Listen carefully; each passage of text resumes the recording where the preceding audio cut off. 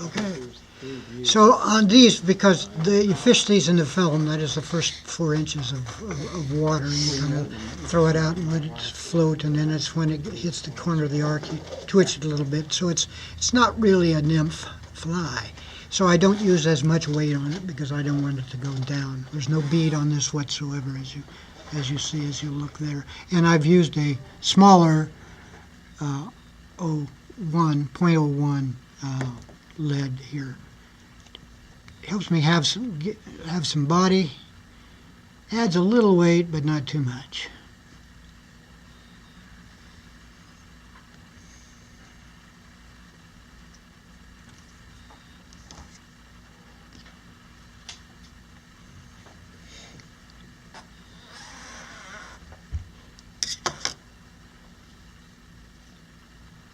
Did you undo this, Ned?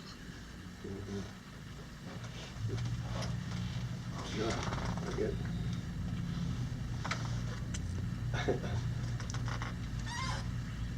I lose concentration about halfway through, and is it called I think my mother used to call it dropping a stitch. Yeah, there is that.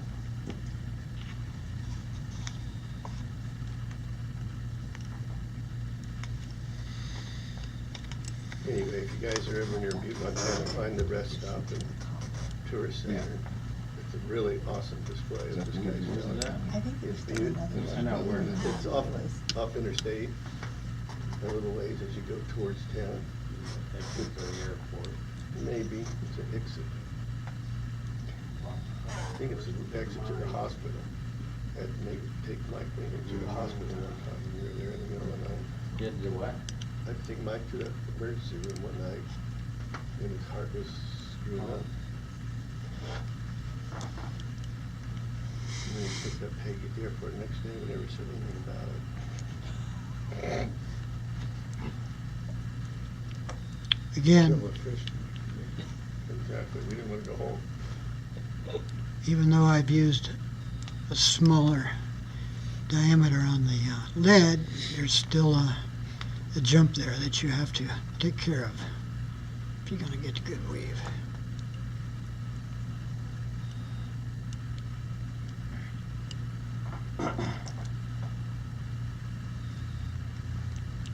And again, you can, if you choose, pull just one strand out of here and use that to wrap.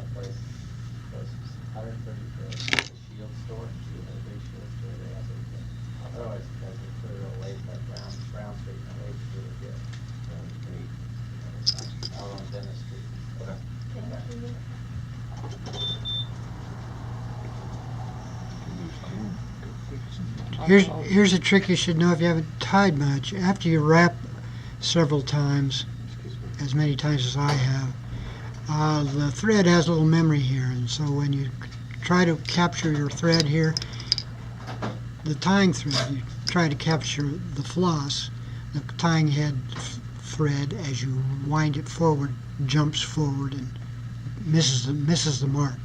So do a counterspin on your bobbin, and it'll come back and go where you want it to go.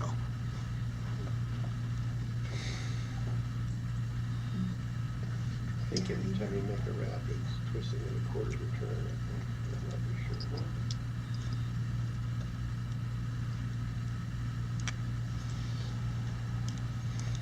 This is really not.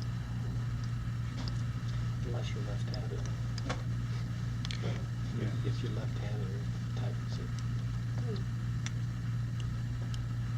Yeah, so you'd spin it clockwise, wouldn't you? Yeah. And this is, I'm right-handed, so you might want to put the colors on the opposite sides of what I've done, if you're to have a dominant left hand. You don't? I'm right Oh, okay, I'm sorry. here. I feel like I a little bit.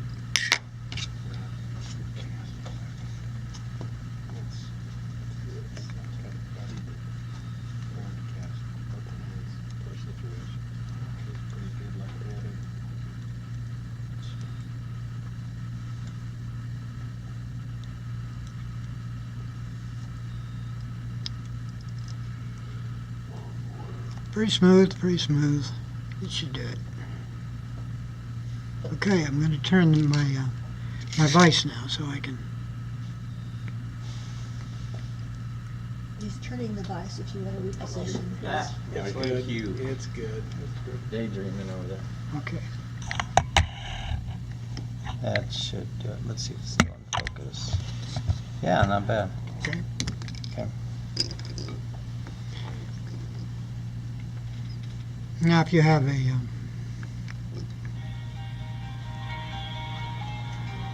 all right. device that will allow you to. A little music in the background. It's nice.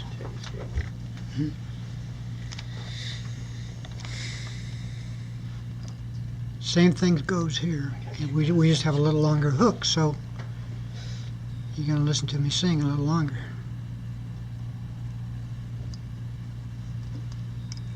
Keep that thread there. No. It's got to be tied off. Got ahead of myself.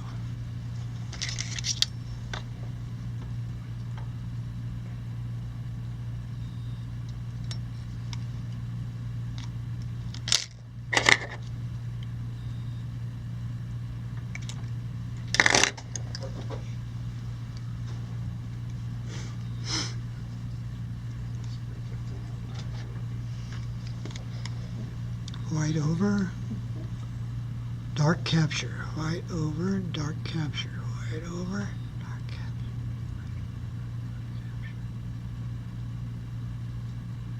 Even tension.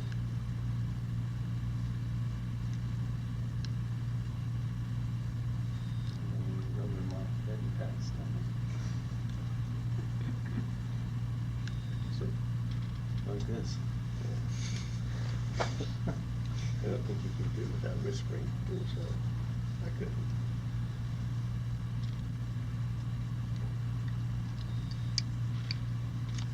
A few beers would be easy. It looked pretty good at the time, but afterwards, You not can so look at much. it the next morning, it looks a Not little so different. much. Okay.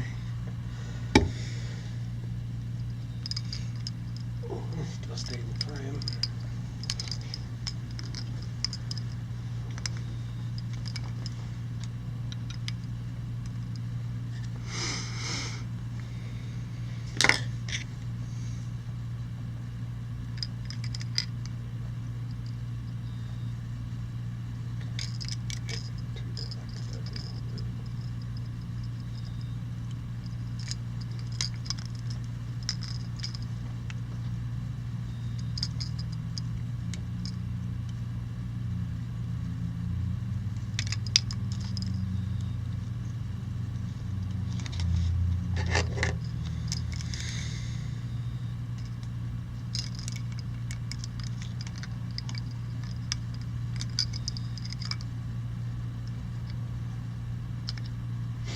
You cut them one at a time, because why?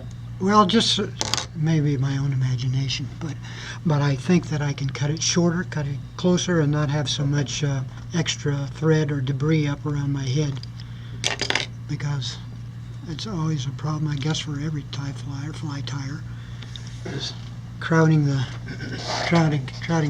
No, we never did that. Okay, so I'm going to be building a little thorax here with, yeah, let's go do a little orange here. Now, I'm going to apologize and say I forgot a step in my anxiety here, anxiousness to get this thing done. I didn't put a piece of ribbing in there. You would tie the ribbing in, of course, before you start your weave. And the ribbing, as I explained earlier, will go through and past each of those knuckles.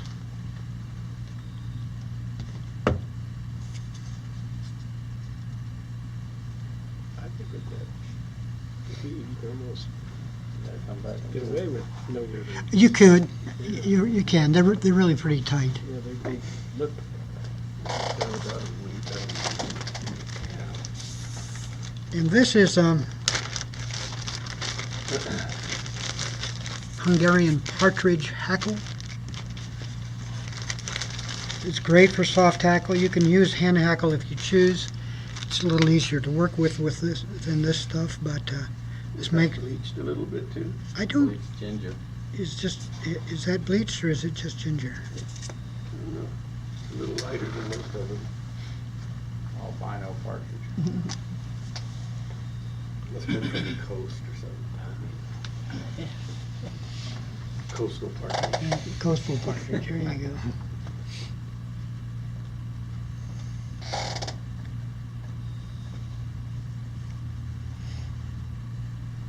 Get rid of the marabou fluff on the bottom of it.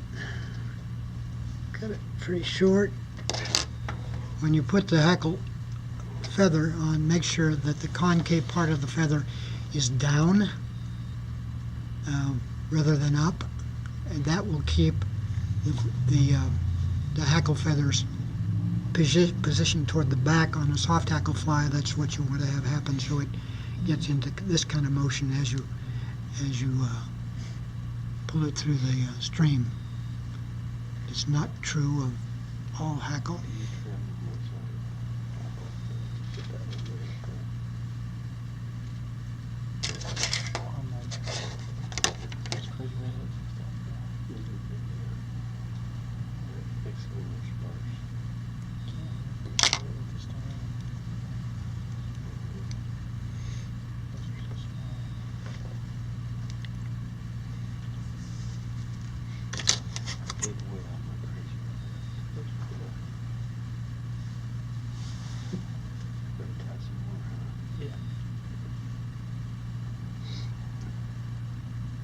You use hand hackle where you take off half of it?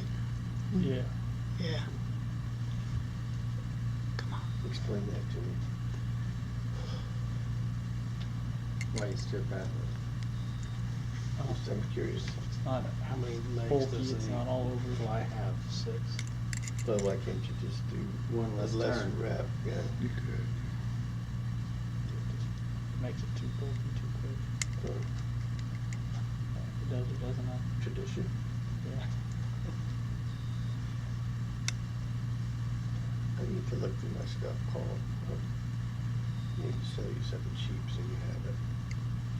I think I've got a reel of Royce's. He stripped one side. He couldn't give me a good reason either. You pull that back, So under his soft. get that Fly seat strip. hackle out of the way. Tighten it down good. Carefully cut only the remaining part. And then finish it up. Might have a little soft hackle debris that needs to be cleaned out of there.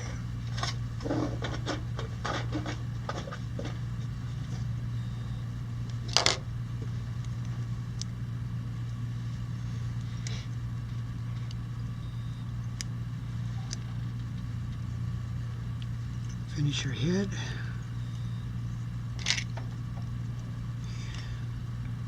Whip finish.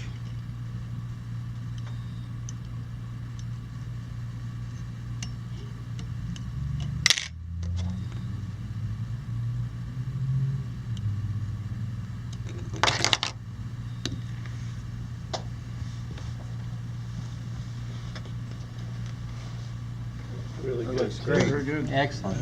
Yeah, very good.